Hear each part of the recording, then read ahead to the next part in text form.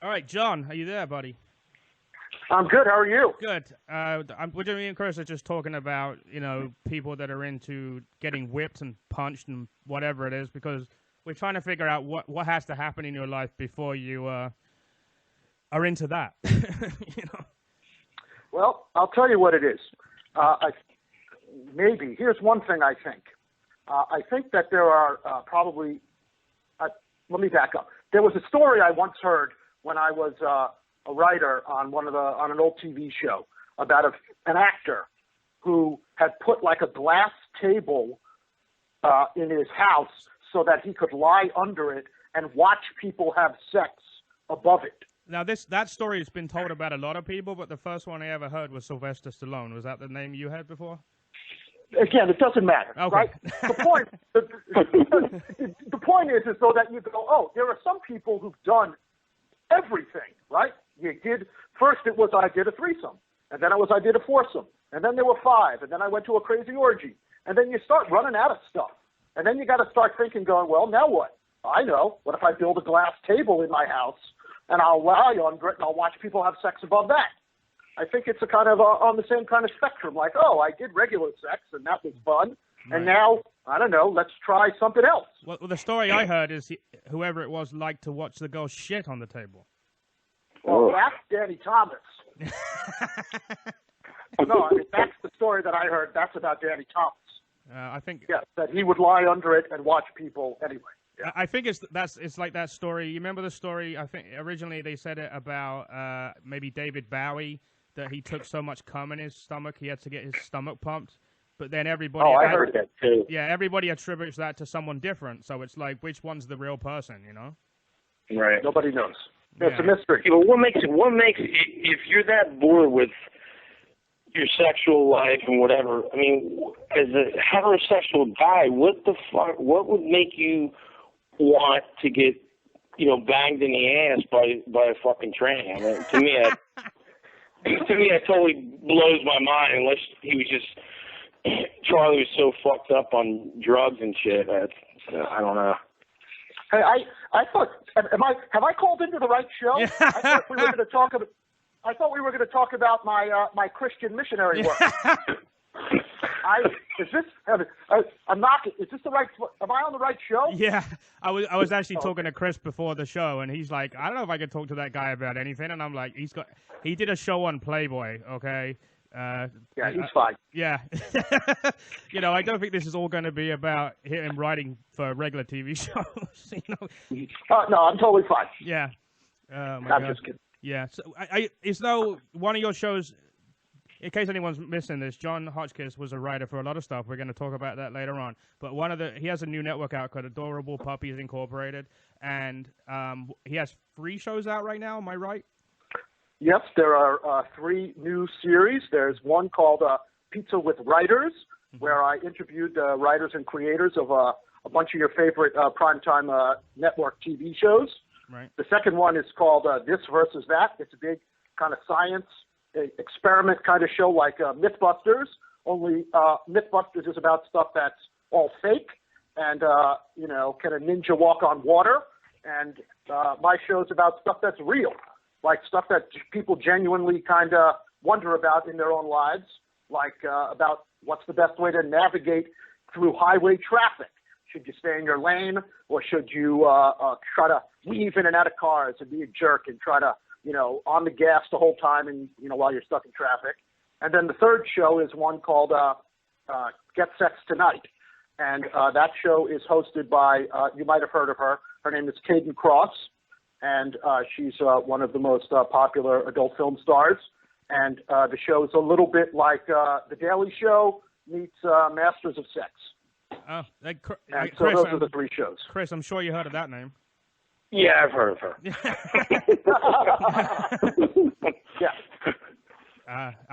It sounds like a lot of fun. I was watching a little bit of some of your previews. It was pretty fun stuff. Oh, thanks. Yeah, Thank you very much. That's nice of you to say. Yeah. Now, I'm assuming this is a pay network. You get the first 10 minutes for free, and then you pay a small. Well, no, it's free now. Okay, that's exactly right. No. You're absolutely right. So we actually give away the first episode of each of the 3 series.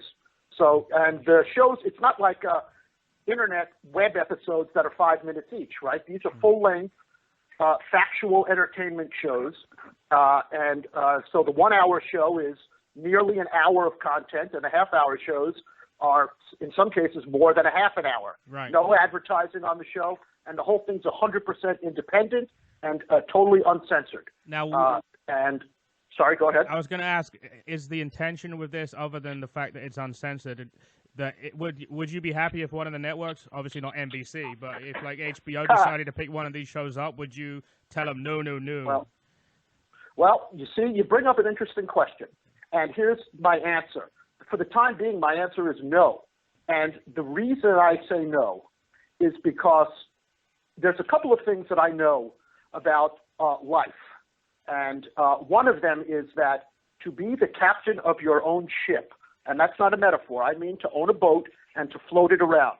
No, to be the captain, to be in charge of your own destiny is a thing that will bring people an incredible amount of happiness. And I don't want to work for anyone. I don't want anyone to tell me where to put the dildos in the shot. I don't want them to tell me, don't do that experiment, do this experiment, right? I'm trying, and my goal, and it has been this, is to give people information that they cannot find anywhere else, period, the end. I'll just give you one example. When early on I pitched the show This versus That to one of the cable networks, to the Discovery Channel. And one of the episodes we ended up doing is about we raced simultaneously hybrid cars and high-mileage combustion engine cars. We raced them at a track with NASCAR drivers driving the cars to see which one really got better mileage, right? And when I pitched that as a bit to do, the first thing they said was, oh, we could never do that. And I go, oh, right. Ford and Toyota would never tolerate when they put up so much money to advertise on a network like that. And so you couldn't get that information, quite frankly, anywhere else. We did on one of the episodes of Get Sex Tonight, we did a history of the vibrator, right? And you can't get that information, quite frankly. I don't know where else you could find that information. I'll give you a quick question. Do you know why the vibrator was invented?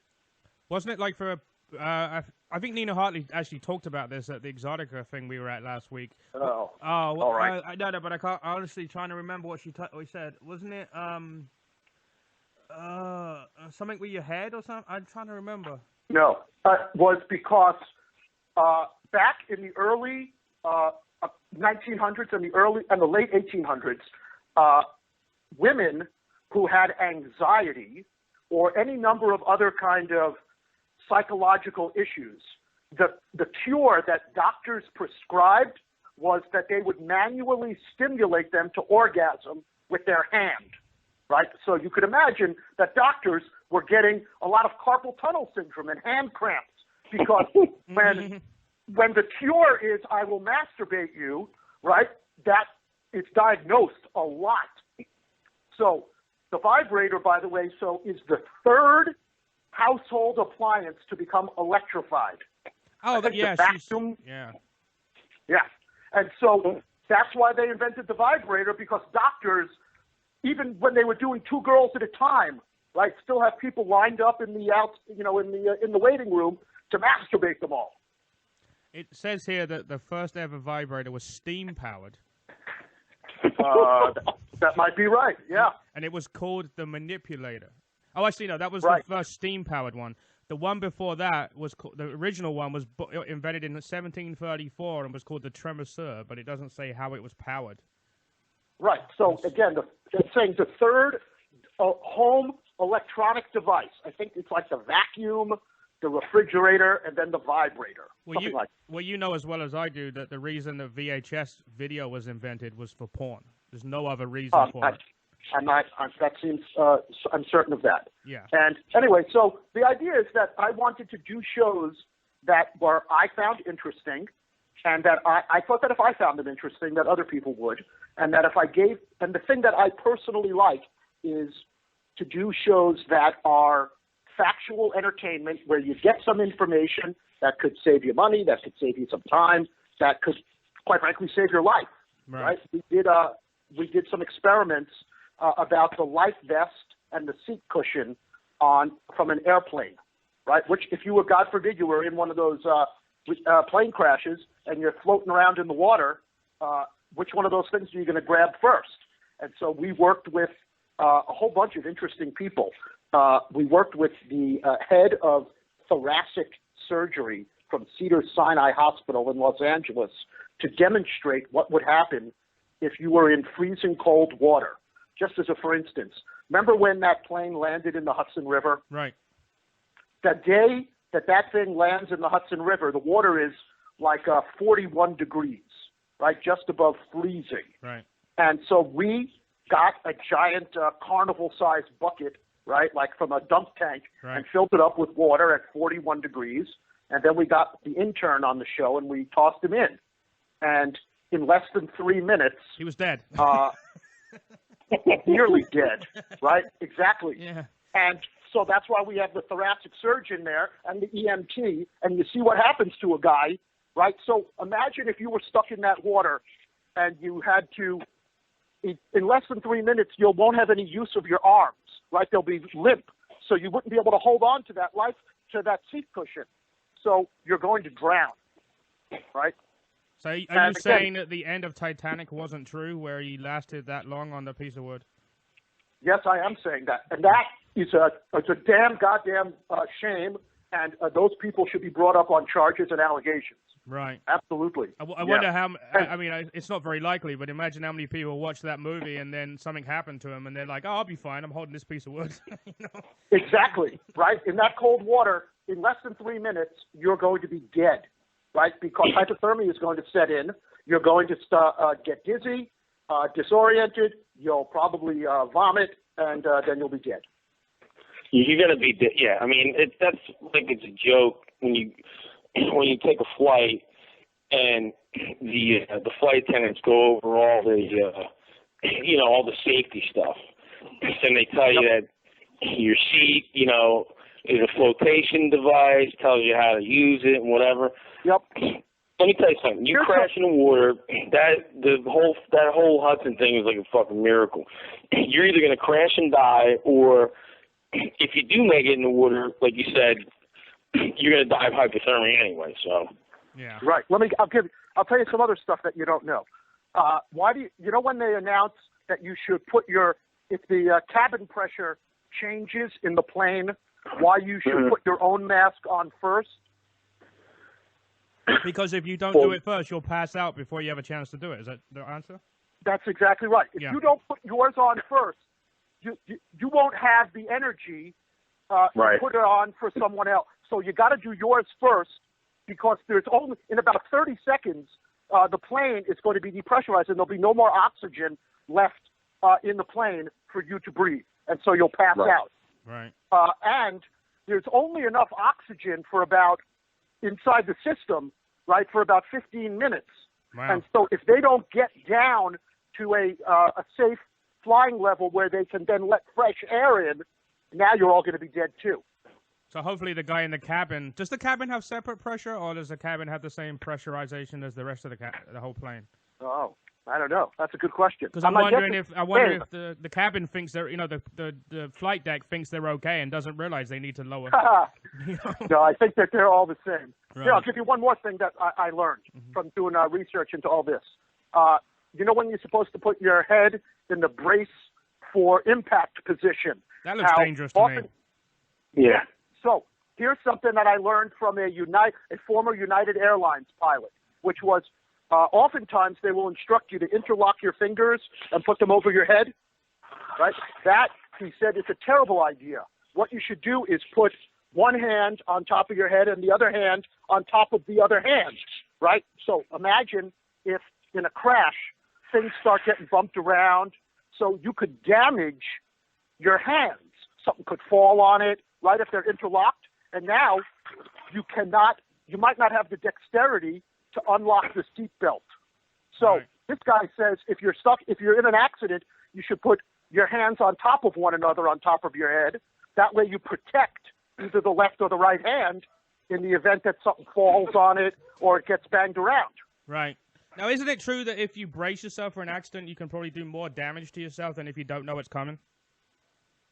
Perhaps, yeah. I think I've heard that about cars. Right. I know for sure that you're going to shit yourself regardless. Like, that seems pretty likely. That's probably right when you see the car coming towards you. Right. You know, I think that's pretty likely regardless of whether or not you know it's coming. So if I come to you with an idea of something I want you to check out, how do you decide when it's too Mythbusters-y for your show? Oh, if the things that interest me are, as long as it's real, right? Like, I'll just give you another couple of examples from the This versus That show, right? We wanted to know what's the fastest way to load passengers onto an airplane. So we got 100 people and a 757, and we loaded them front to back to front, side to middle, a whole bunch of different ways, right? And so that's on one of the experiments. I wanted to know what popcorn making method makes the fluffiest popcorn. Is it the microwave? Is it hot air? Is it putting some oil in a pot and then putting the kernels in the stove? You know, that kind of thing. And so we measured that. Let's say you got a barbecue at your house and you want either propane or natural gas, right? Which one of those is hotter? And by the way, it turns out one of them is 2.5 times hotter than the other. Oh, really? And so if you're a griller, you probably want to know the answer to that. We did one about, let's see, paper versus plastic, right? Just stuff that's real, right? Stuff that would affect people in their real lives, not can a ninja walk on water? Can those machines in Star Wars really fly? But that, you know, and again, I'm not saying that's bad television. I'm saying that I don't know any ninjas. Right, and I will never have an opportunity to know if I should walk on water. I know that the answer is I cannot. Well, how about Chris Angel walked on water? There's plastic. There's plastic just under the water in that one. Yeah, exactly. Right. Anyway, so that's how I make the determination. As long as it's something that real people could find themselves involved in, and where you go, oh, is it one thing or the other thing? I'll give you just one more example. We did a big experiment where we built not a tiny house, but a small-size house, and then we rented one of those hurricane fans like they use in the movies. Right. And then we blew wind and rain at the house at 100 miles an hour and blew the roof off. And so we were trying to see if you lived in a hurricane zone, would you want, say, red clay tile roof? Or would you want a shingle roof?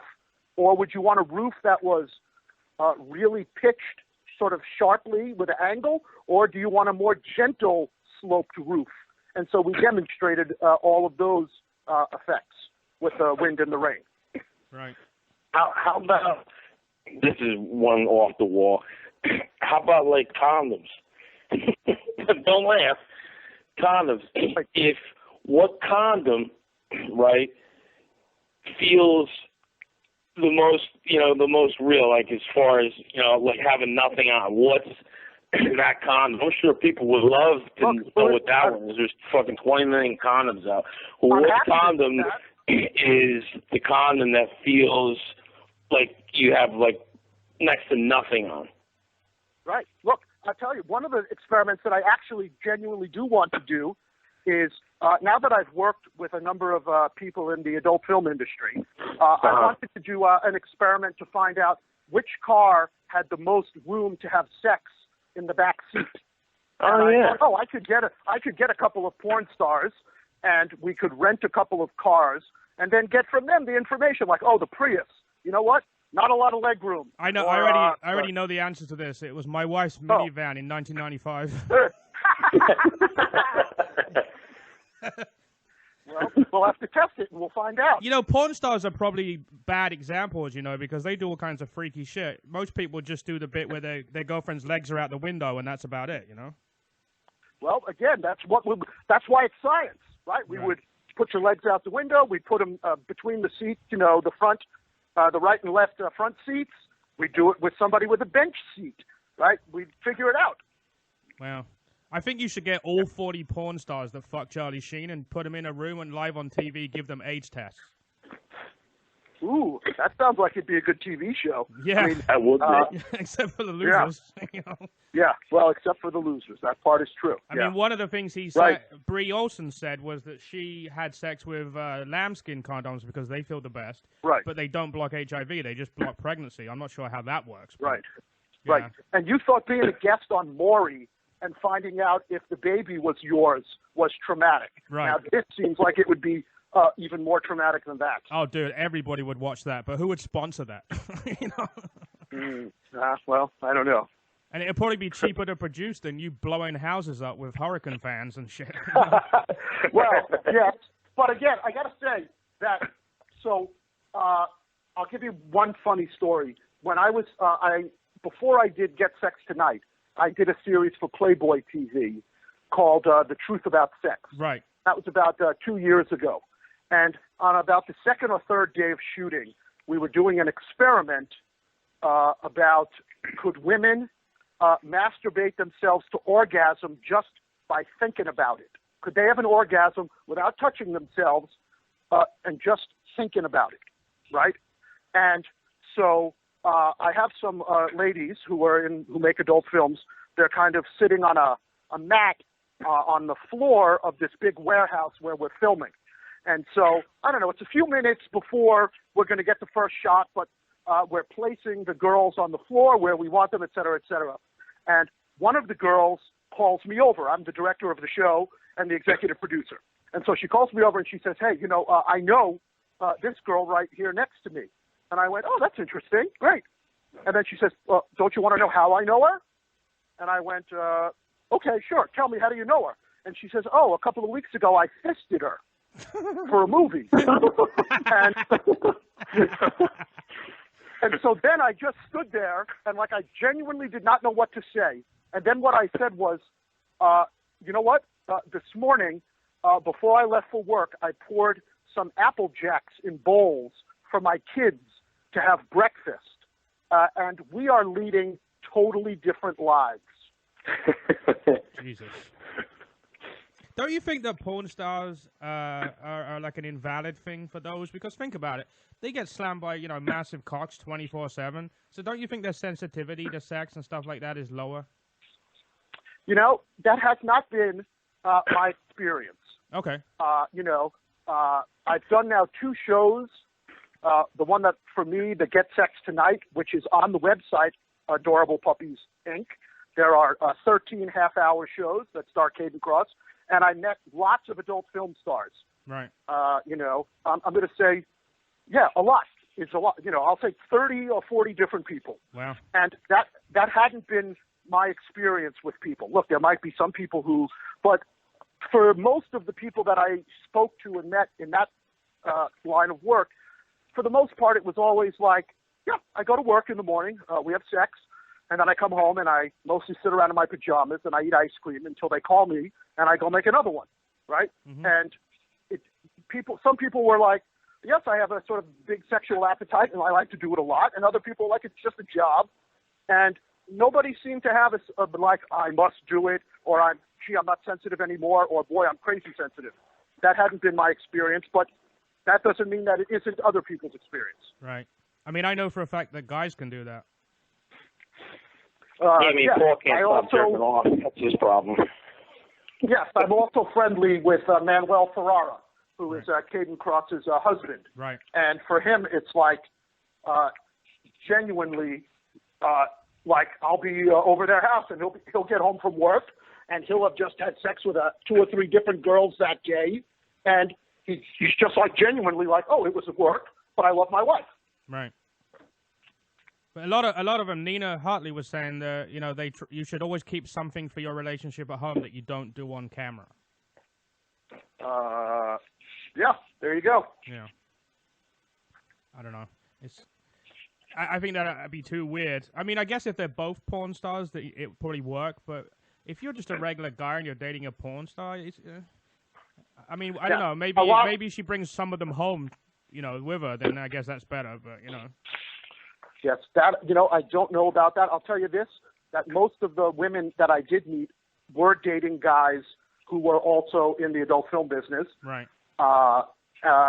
And the ones who didn't have a boyfriend, I'm sorry, those who had dated sort of regular guys, for the most part, my recollection is that it never works out. Right. I mean, Nina Hartley, she was with a husband before she got into porn, and they tried to get into porn together, but she said he couldn't get it up on camera, so he became the director instead. Yeah, you know. Yeah, it's nuts.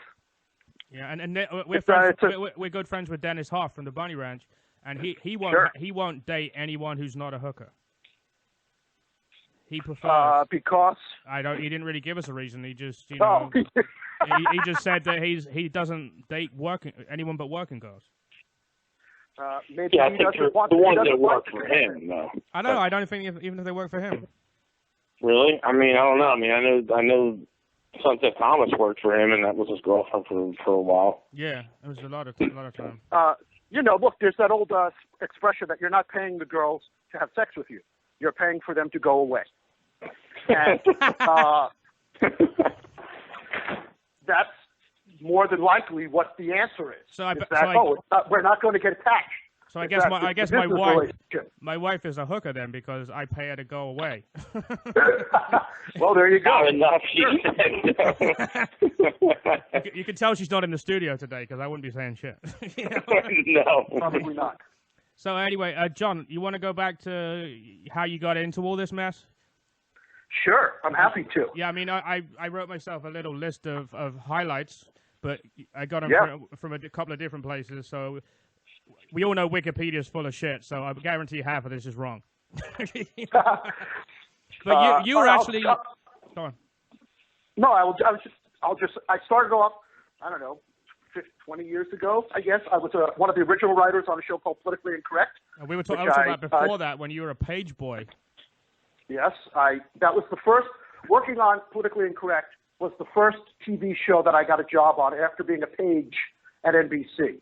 Right. So like that guy Kenneth, right? I did that for 18 months, where I used to give tours at NBC.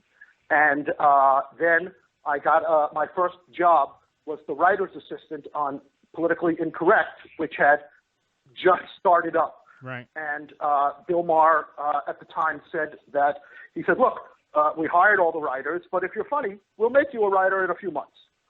And I went, okay, that seems like a fair deal. And so after about, 6 months of being the writer's assistant, I became a writer on the show, and I spent 5 years on that show. And then I wanted to leave. I left. I did some other things in TV. I ran a show called Bullshit with Penn and Teller for a couple of seasons, and that was great.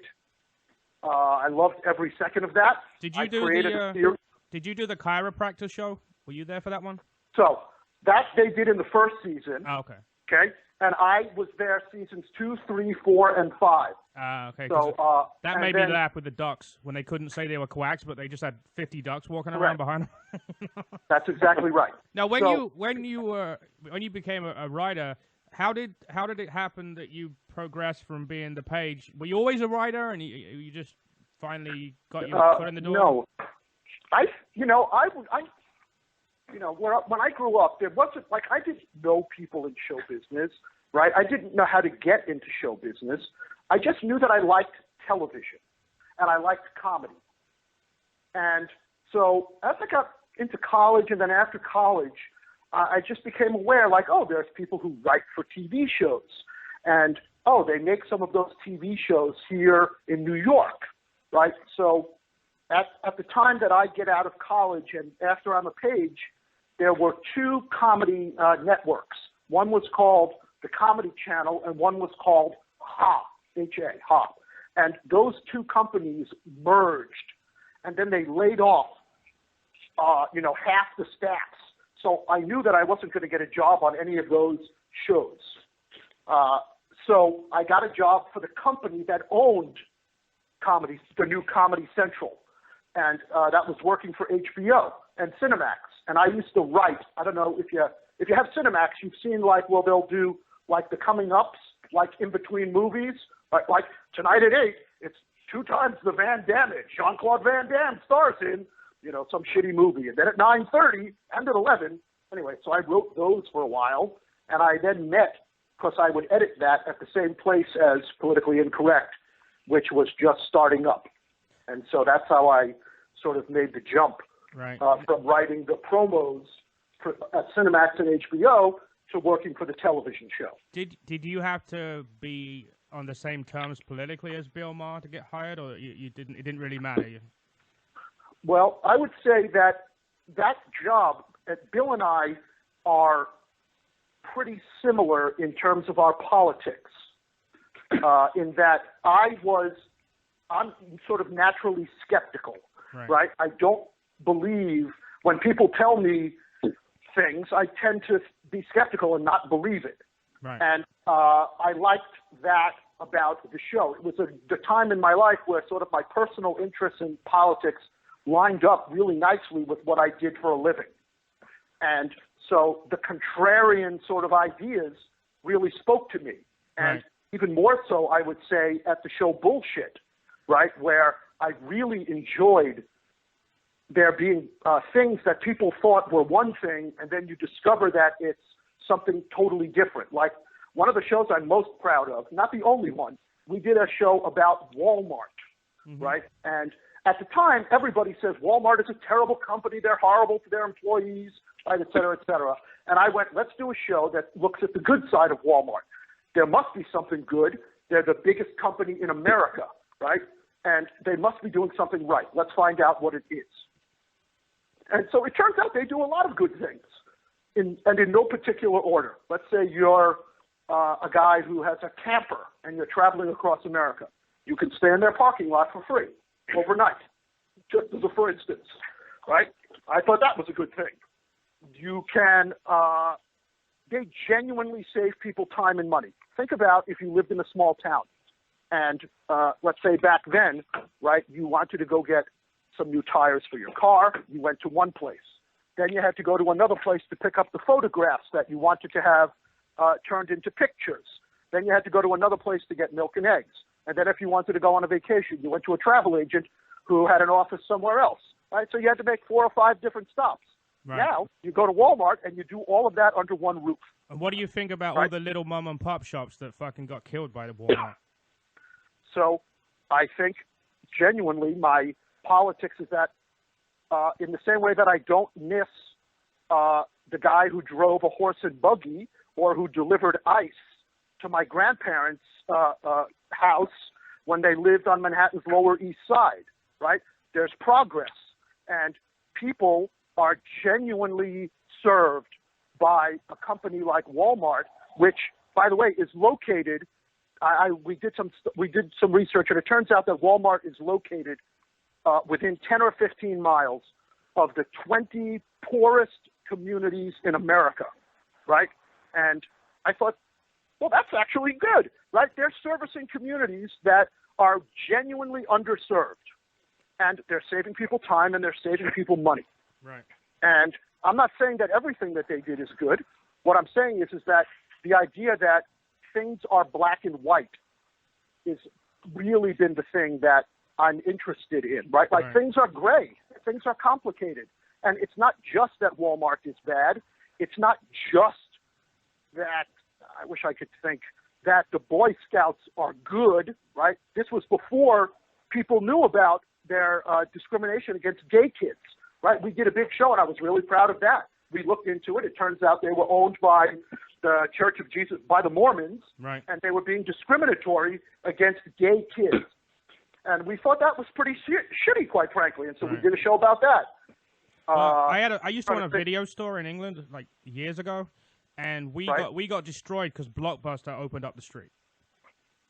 So, I mean, that's why I'm kind of against the whole Walmart thing, even though, I'll be totally honest with you, there's a Walmart half a block from my house right now, and I'm in there at 3 o'clock in the morning before I went on the diet. I'd be in there buying cashew nuts and cheese and all this other shit at 3 o'clock in the morning. I wouldn't have to go to 5 places, but the mom and pop shops wouldn't be open at 3 o'clock in the morning anyway. So you're not one of those people that says, I'm a Democrat, I don't give a shit what they do, I will always be a Democrat, I've been brainwashed, you know. No. I look at issues and I go, things are complicated, and just because I said I'm a Democrat doesn't mean that I believe all of the things that Democrats believe. And there are plenty of conservative ideas that I gravitate towards. So there's a lot of people, I look at things. I was going to say, there's a lot of people I know that are just Democrats, and that's all there is to it, and they're voting for Hillary, and that's all there is to it. It doesn't matter what the deal is. They don't sit down. I just want to see people sit. I'm a British citizen, so I don't even get involved in this, but I love riling people up on this whole topic. Because I just want people to sit down and sit and look at all the issues and decide who's the best exactly president. Right. Don't be a sheep. That's exactly right. Yeah. Things are complicated. Americans want things to be black and white, right? It's easy, right? But everything is gray, right? There are some good parts about a thing, there are some bad parts about a thing, and then you have to make a decision. But, yes, it's one of my great, things that really infuriates me is the people who, like sheep, just believe because they've ticked a box on their, when they register to vote as either Democrat or Republican, right? I once did I looked into AK-47s, right? That, remember during when people were getting killed at public schools and all of that. It turns out for the most part, that's not what people are using to kill one another. Most crime happens in the inner city, and it happens with handguns, and it happens mostly among people who know each other, who are mad at one another for one reason or another, right? And that banning these assault weapons would be fun, right? But it's not going to save children in public schools. Right. It's just not, right? There's so many issues like that, and all I'm interested in is just tell me what the facts are. And again, that's the kind of information that we're doing on my channel at Adorable Puppies Inc. Right? On the 3 shows, I have no political agenda. I'm not interested in trying to convert people one way or another with information. Just here's information. And now what you do with it is your business, right? But here are the facts about whatever the thing is. And, there's one show that's about pop culture where I interviewed the writers, another show about science where you get information about the world, and the show about sex, where we're talking about stuff on a television show that you don't see anywhere else. So could you're getting information that... Sorry, I was going to ask you, could you ever see yourself voting for a Republican president because you decided that he's actually the best deal, or she, whatever? Oh, yeah, no problem. Depending on... Look, the thing that bumps me with these guys is their interest in... it's their bigotry towards gays, their interest in stopping abortions. It's all the moral stuff, all the sex and moral stuff that I could be more Republican in terms of my politics were it not for how awful I think they are when it comes to morality and how they want to control women, they want to control gays, and they want to treat them as second-class citizens. And that's not me, right? I want people to have equality. And so Go ahead. Sorry. No, that was what that's so I bump them a lot more. It's more on the moral front than it is anything else, right? Right. I think the problem with the 2-party system in this country, in England, we have as many parties as you feel like. Right. Obviously, they control the country. The chances of a third, party ever showing up is slim to none, unless maybe Trump puts his money behind starting one. But it seems to me that you can never find exactly what you want. You might find a guy that wants to stop immigration, but then he wants to have abortions, and then you might find a guy that hates gay people, but he wants to give everybody less taxes. You know what I mean? So there's no option that it's like, what do? Do you pick the I was always told in England we pick the best candidate. In America, you vote against the worst one. Correct. I would be very hard pressed to vote for Hillary Clinton. Right. I find her to be distasteful. I find her to be, quite frankly, I think that she's a slippery kind of liar, and I don't trust her. And she's manipulated people. And you trust Obama? You don't trust her, but you trust Obama. I didn't say that. He hasn't said that. He asked me that. All right, I just wanted to clarify. No, it's okay. No, I'm just saying that Bernie Sanders says things that I believe in, right? But I don't know that he's saying things that the whole country believes in, right? And so if Bernie doesn't get the nomination to vote for Hillary, I mean, look, I really genuinely think that she's this kind of conniving person who made this deal a long time ago with her husband.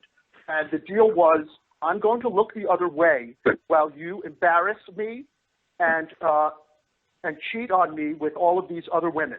But in return, I'm going to be a good soldier, and then you, when it's my turn, are going to support me, and you're going to get the machinery of the Democratic Party to get themselves behind me. And I just find all of that distasteful. Right. And so, anyway, that's what I think about that. Yeah, I mean, it's right. Everybody should be able to balance out what they do. You know, it's kind of like religion. You know, if your parents beat it into you, a lot of these religions, and then you grow up being, a Mormon or a Christian or a Catholic. You know, it's because you were made to be it. And a lot of these people, correct, they're in Democratic households, and if they said they're a Republican, you know, they'd get thrown out of the house.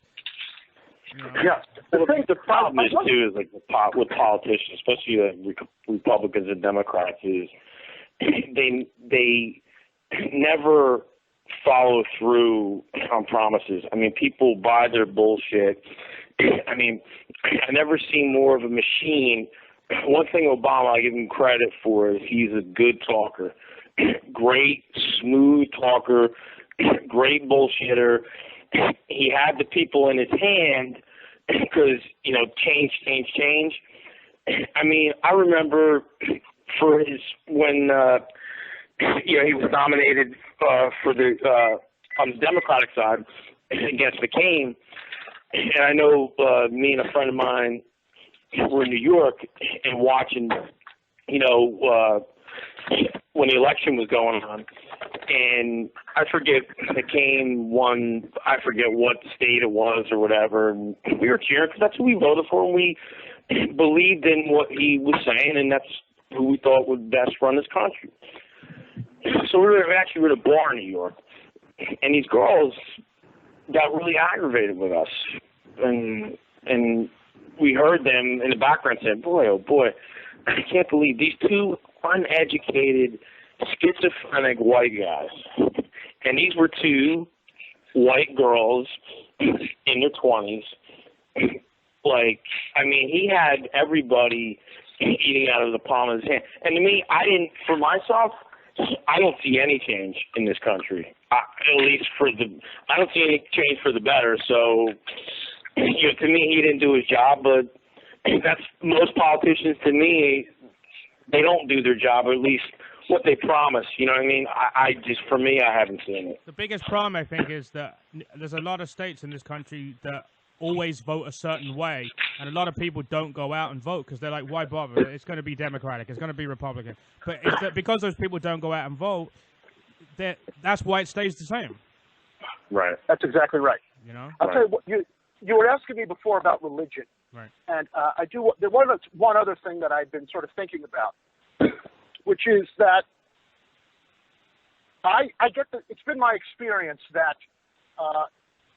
Christians and Catholics who are looking to control abortion, who are looking to keep pornography off the internet, whatever it is, that kind of behavior that they exhibit is rooted in their religion, which is immovable, right? They want tomorrow to be like yesterday, right? They're glued to a text that was written 2,000 years ago. And whatever that thing says is the thing that they continue to believe, despite now that things are more modern, right? So they're rooted in the past. They also twist the stuff around. They make it the way they want it to make it. It doesn't even have to say what they want it to say. They twist it. Right. And they seem to lack the ability to adapt, right? That something new is going to happen, and that scares them. And I guess I get it when you've had that kind of beaten into you as a child by your community, by your church, by your family, then change is scary, right? I guess I get it. On the other hand, Judaism, just as a for instance, is much more progressive, right? It's and so that's part of the dichotomy that you get, and so anyway. Yeah, I know what you're saying. But what about, you know, priests in England? The priests can get married. Over here, they don't get married. So of course, everyone. Well, says, it's just the Catholic Church. I mean, to me, I was brought up Catholic, and I don't believe in that at all. I think a priest should get married, or be allowed to get married, because they are human. That's why most of your other religions that have priests, ministers, they're allowed to get married, because these guys, even though they serve God or whoever their God is, they still get horny. And well, look what they do. That's look what they part do. of the problem why these Catholic churches and these Catholic priests, you know, molest these kids and these boys and shit like that. They should be allowed to get married. That's, the Catholic churches change things. They change what they want to change. And to me, it's total bullshit. They should change that and let them get married. I think you'd see less of those things happening as far as, you know, Catholic priests, you know, molesting, you know, boys and that kind of shit. Who are they? Yeah. Who are they to tell anybody that a woman can't get an abortion? Who the fuck are they to tell? I thought this whole country was brought up on freedom of you can do what you want. I mean, I agree with that too. I mean, I think there's a lot of certain things that a girl should be able to do that, but that's, you know, that's the way they think. You know, even though I was raised Catholic, I do not believe a lot of things that they do teach. Some of the things they teach I think are good. A lot of the things that they teach I don't agree with, but I mean, that goes along with your born-again Christians. My cousin's born-again Christian. He wouldn't even, I worked with him for a while, he wouldn't even, now he's extreme. There's probably a lot of people like him too. He wouldn't even go, our family picnic we used to have a family picnic every year, and it was at my uncle's house, and it was like a cookout, and everybody was around back, and they had a pool, and he would not go in the back there because his words were, I don't want to see my family in their underwear. I'm like, okay. It's the same thing. He wouldn't go to the beach because he doesn't want to lust. He doesn't want to sin. He doesn't want to see people in their underwear. But you know to me, that's extreme. You know myself. But you know what? I mean, of course, I'm in the porn too, so maybe you're asking the wrong person. No, but he don't you think he has the right to choose that stuff? I mean, he can't tell you. I mean, if he was saying, "Hey, Chris, we don't," well, no, he did tell me. Yeah, but he didn't. He did. He would tell me it's wrong for me to do that. It's wrong for me to, you know. So he was preaching to me. I mean, it's fine. He has his own beliefs, and that's fine. I wasn't trying to sway him, but he was trying to sway me. So, John, go ahead. No, I was just sitting here thinking, like, remember like 20 minutes ago we were talking a lot about fucking? Right. Yeah. We're still talking about fucking, but unfortunately it's under 12-year-old boys. So. Well, that I'm against. I want to be very clear. I hope so. My words. Mm-hmm. I want to be very clear. I am against that. Yeah. Yeah, we all are. I mean, we're all. Going off in a different direction, what the fuck is punkin' chunkin'? Oh, my God. I got to say, that was some of my finest television work. I got to say, I went out to a giant field in Maryland, and I made a show about this competition where guys, mostly kind of rednecky, but kind of rednecky crossed with a little bit of science, right? And they would fling pumpkins about as much as nearly 1 mile with a variety of different kinds of machines. So there was air like a trebuchet? Yes, a trebuchet, an air cannon, a catapult, and a bunch of different kinds of things. And it was a 3-day festival, and it was amazing. I remember one thing in particular. We were filming with it's a very big festival, right? So imagine there's 60 or 70,000 people, and then there's a line, right? Think like about the length of 2 or 3 football fields. And on the other side of the line are the machines that are flinging the pumpkins, and on the other side is the crowd, right? And there are people who are walking around. There are some people on ATVs, on motorcycles, and they're kind of zipping around back and forth watching the competition. And so I was trying to film with one of these air cannon guys, right? And, you know, I want to be respectful to people. And so there's a lot of noise going on behind me in the crowd, right? And because they've come up to see what, I'm there. Here's a guy making a TV show, right? And so they kind of crowd real in real tight. And there's a couple of guys in the front on motorcycles and ATVs. And I turn around and I say, hey, look, could you guys do me a favor? We're trying to film here. It's only going to take another 10 minutes, and then you can go back to making a bunch of noise. And one guy then on the motorcycle says, look, we're not going to listen to you if you talk to us like that. You must talk to us in a language that we understand. And I went, oh, okay, shut the fuck up so that I can finish my fucking work, and then I'll get out of your fucking way, right? And then everybody applauds, and then they're quiet. That's actually very similar to how I am at my office. Right. Yeah, and I realized, I went, oh, that guy told me exactly what I needed to know, which was don't fucking kowtow to us, don't pretend to be polite, just tell us what you want, and we'll do it, because we recognize that whatever it is, you know, you're doing something that requires us to be quiet. Right. And so I always remember that. I totally appreciated it. So you were nominated for 14 Emmys, but you didn't get any, unfortunately. 14. No, I've lost 14 times. What were the 14 for? Okay, so let's see. 5 times writing on politically incorrect. Mm-hmm. 4 times for writing on bullshit. 4 times for producing on bullshit. And so how much is that? That's 5 and 4 and 4 is 9 and 4 is 13. And then one more time when I was on the Rosie O'Donnell show in the first year, I got nominated for writing over there as well. Yeah, Trump loves Rosie O'Donnell. Yeah. I got to say, when I worked for her, right, this was a long time ago, and she and I are both from Long Island, and it just turned out that we had a lot in common. For example, we both like to eat. You both had a penis. And, yeah, well, anyway, I'm just saying that she was nothing but nice to me personally. I recognize that she has made a lot of enemies over time, but during my time there, it was good for me because it was a good job, and I was on the show quite a bit. I'll tell you one story.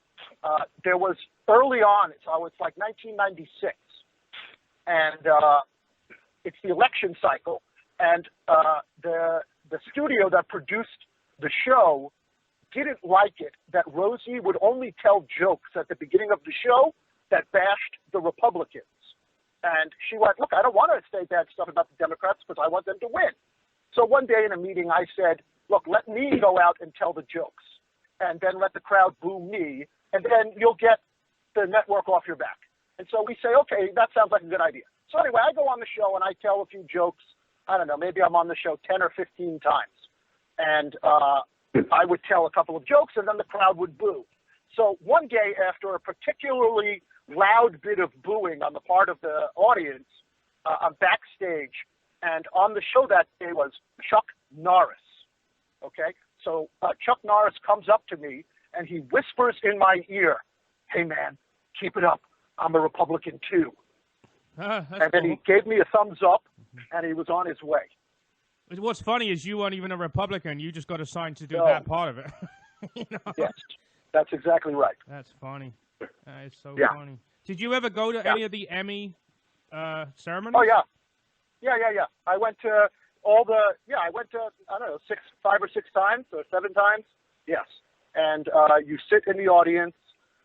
And look, the truth is that especially when I was on bullshit with Penn and Teller, we were up against, in our category, what's that show where the guy would build houses for people who were in a bad way? Right? There was a show. I think there's 4 or 5 of them. Okay, so anyway, so I used to say that we were a show that was saying the words fuck and cunt a lot, and we were up against a show that built wheelchair ramps for handicapped kids. Which one of those two shows is going to win the Emmy for best factual show? Wow. And so, of course, we lost every time. It also didn't help that during one of the years that I was there, Penn and Teller wrote some bit where they threw out the Emmys that they had previously won. Huh. And so that made the Emmy committee mad, I guess. And so that also was working against us. Right, I guess, yeah, that would do it. A good friend of ours, her name is Candy Finnegan. She's from the show Intervention. Oh, yeah. Yeah, she was up for an Emmy this year. I'm trying to who beat her. I think that I think it was Deadliest Catch that beat her. Yeah, I got to say, that Intervention show I thought was terrific. Yeah, it's a great show. I loved it, and I got to say, being a meth head that really fucks you up. I mean, they bring all those cameras around, and you don't know that you're on a TV show, right? That's the thing that I think is the craziest part. How do they not realize by now? I mean, right. Exactly. How did that not realize? A new company bought the rights to Intervention, and it's being produced by a new company now. I guess they left it a year or two. But how do you not know? How you know? But Intervention's great. If you want to not make your kid do drugs, you just make them watch a couple of episodes of that. Yes. You know. Yep. I'll tell you my favorite episodes. I'm probably not alone in this. The ones that star cute girls. But. Anyway, that's probably just me. One of my favorites is the one where the girl was doing the huffing on the air cleaner. You know? Yeah, she was huffing that stuff. Right? I was like, I don't even know that was a drug, that people would huff that stuff in a can that you use to clean your desk. Well, apparently 40% of people that try that die the first time they do it. Wow. Oh my God. Yeah, that's the statistic I was told. I don't know how true that is. But I know a quick fact about the Rosie O'Donnell show that I missed. The adopted daughter that moved out is living in a house about a quarter of a mile from my house, and my daughter went to school. Oh, wow, really? My daughter went to school with the guy that she shacked up with. You know? Wow. Here, look, I'm not saying that Rosie needs anybody's sympathy, right. But I'll tell you one thing that you probably aren't aware of: that when that show went on the air, 17, 18 years ago, right? We went on the air, and within 2 weeks, the show was suddenly #1, right? People were crazy about it. And so she went from being like the third banana in these crappy comedies, right, to now being the queen of daytime television. And then 2 weeks later, we literally, I swear, we had retired FBI agents in the office guarding her because of all the death threats. And so she was like living in anonymity, right, essentially. And then 2 weeks after the show's on the air now, people are questioning her about her sexuality. And now there's a guy in our office with a gun who is protecting her because of all of the death threats that she was getting. Well, you know what? It was controversy that made her popular because she had stuff to say. You know, and that's what you have to deal with when you get controversial like that. Right. I watched a great documentary about Amy Winehouse called Amy that just came out. And when she hit with that song, Rehab, I don't know if you ever heard of it, but when she hit with that song, suddenly the English equivalent of TMZ camped out outside her apartment for like the next 5 years. She couldn't take a shit without somebody camping. Yeah. So it's kind of you can't don't you think you kind of sign up for that? I mean, I'm sure everybody doesn't expect their show to go massive, but they all wish it did, and now it does. Now you got to deal with the bullshit that goes with it. Look, one of the things that we talked about a lot on Politically Incorrect is that fame is the worst drug. Not heroin, not fucking cocaine. It's the need to be famous, or to have been famous, and to then have your star fall somewhat, and then the anxiety that comes with trying to get that back, and the things that you'll do to get that back. Well, look at most of these child stars that have shot himself or killed himself because they were massive. You know, I'm trying to think of. We had someone on. Who was it we had on, Chris? We had someone on who was giant. Oh, we had a guy from the British office. Okay, he was a relatively unlike unknown guy. He got a role in the British office, and that show went through the roof in England and around the world. You know, and I said to him, I says, what are you going to do now? You know, you've hit the top. You know, there's much likelihood of you getting that high again. I mean, what do you do? What do you do? You know? You dance with the fucking stars on a reality show. That's what you do. Well, like I was talking, I talked to Paul before, and we were talking about like these reality shows and stuff like that, and how you never think they're gonna get big and stuff. I remember like when they were running, MTV was running the promos like for Jersey Shore before it came out. I'm like, oh my god, like this show's gonna be fucking so fucking stupid. And it ended up being like fucking so big. Like nobody ever thought that show was gonna be that big. You know, it was stupid, but that's what people want to watch. They want to watch shit like that. It's funny though. Everything's stupid. The more stupid it is. I mean, look, Duck Dynasty. Hello. Yeah, I mean, you know, that's I can't even watch that show. Everybody that lives in an outhouse thinks that's the best show on the whole planet. Yeah, we know we're friends with somebody that fucking that dresses like him, and that's their hero. It's his hero. No, I never watched the show. I'm assuming the whole story is they sell duck sounds, those things that duck hunters use to get the ducks to come out. Yeah, and I get from what I gather, they made millions of dollars off that shit. From what I was told. And that's another thing is it's never going to happen for you. So why are you watching this shit? Right. John, we had Honey Boo Boo on a couple of weeks ago. The kid? No, the kid or the mother? Both of them. But the kid was sleeping, so all we got was, hi, and then you could hear snoring. You know? I got to say, one of the things that, look, I've made a lot of different kinds of television shows. And one of the things that has been a staple throughout is that I think it's fucking child abuse to put little kids on these shows because they can't give proper consent. Right. To be on. Well, they don't have to, do they? It's the parents. Legally, the parents can decide. The only thing I know. That's my point. Is that I think it's abuse on the part of the parents to do that to their children. Yeah. The only thing. Take advantage of them in that way. The only thing I find it. Go ahead. No, you go ahead. No, I was just going to say the only thing that I was positive out of what Mama June said to us was that all the money for the kids was going into a trust fund.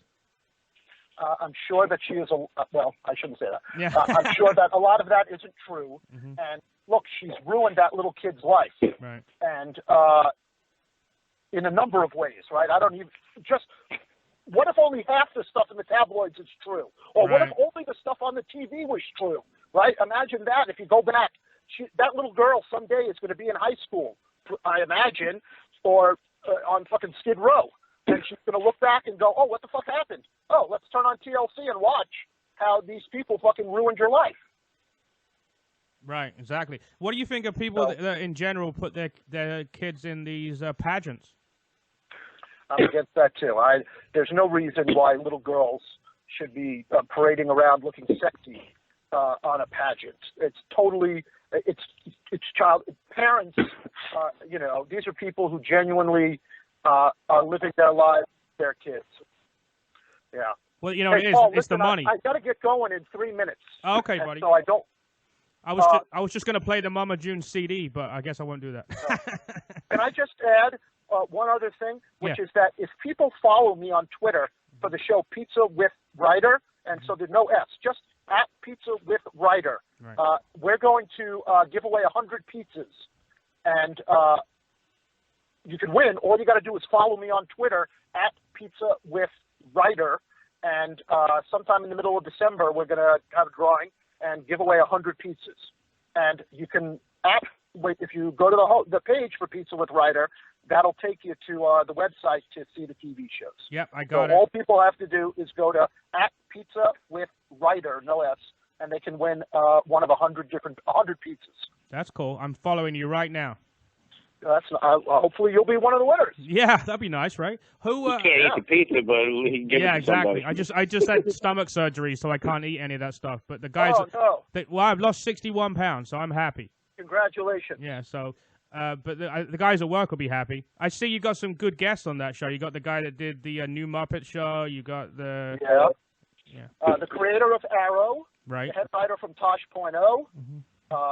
Let's see, boy, it's one of the writers from Family Guy, a guy who writes for Conan and The Daily Show.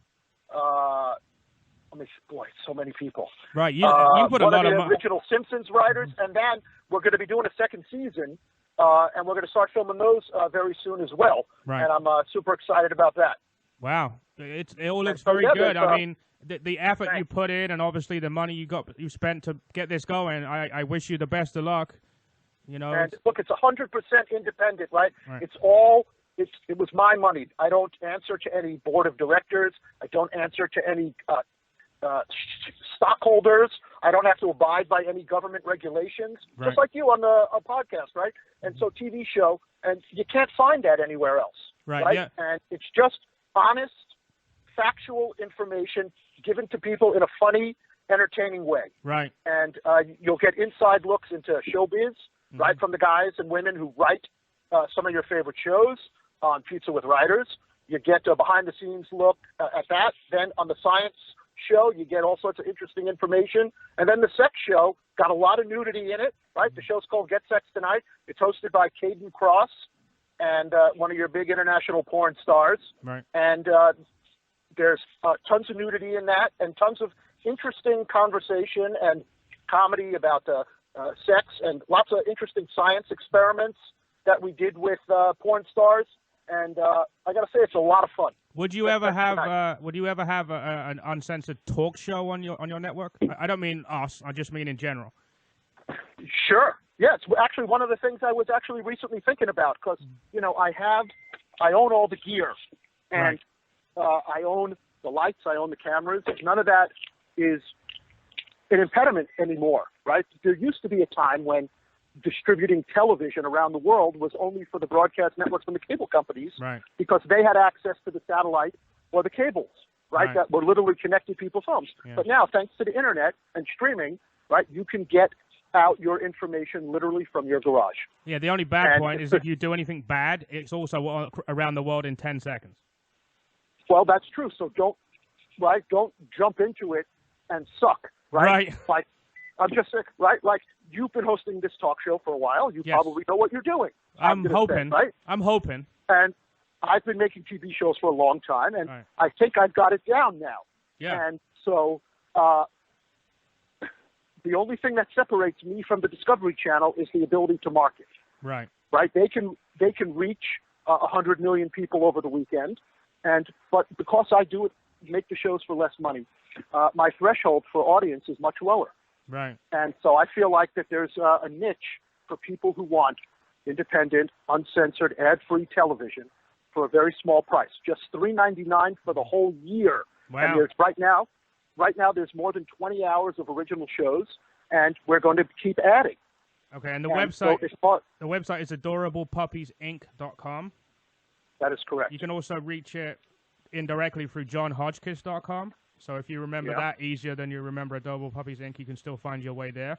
Do you think you would ever go to a sponsored model? Again, if the situation was, John, we are Coca-Cola, and we get that you like to drink it.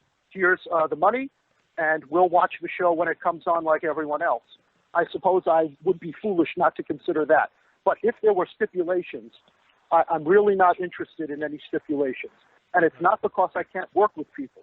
It's because I'm at a point now where I just want to do what I want to do. I don't want people to tell me what to say and what to do because I've done that already. And now I'm on this next step in my sort of life and career.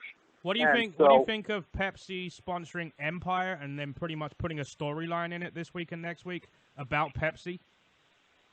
Look, I think that the audience will become tired of that kind of thing. Right. And that in the same way that they pay a few bucks to watch HBO every month or Cinemax or they have Hulu or Netflix, right? People won't want that integration of product into their entertainment. And they now know that they can pay to avoid it. And that's the problem with the model of the networks, right? Is that they have to rely on advertising to get people in order to afford to make their shows. Well, I DVR everything, and I skip every commercial. So the only way they're going to get to me is by putting the stuff in product placement. Right. You know, so again, I think that people are obviously tired of that. That explains why there's so many people signing up to literally pay for reruns for the most part, not entirely on Netflix and Hulu, right? But for the most part, it's reruns, which you now can see without commercials. And so that's what I offer on Adorable Puppies, Inc., is network quality shows for literally pennies in comparison to Netflix and Hulu. Well, good luck with that, buddy. Good luck. You can see your show, Pizza with Writer, on Twitter, and Adorable Puppies Inc. JonHotchkiss.com.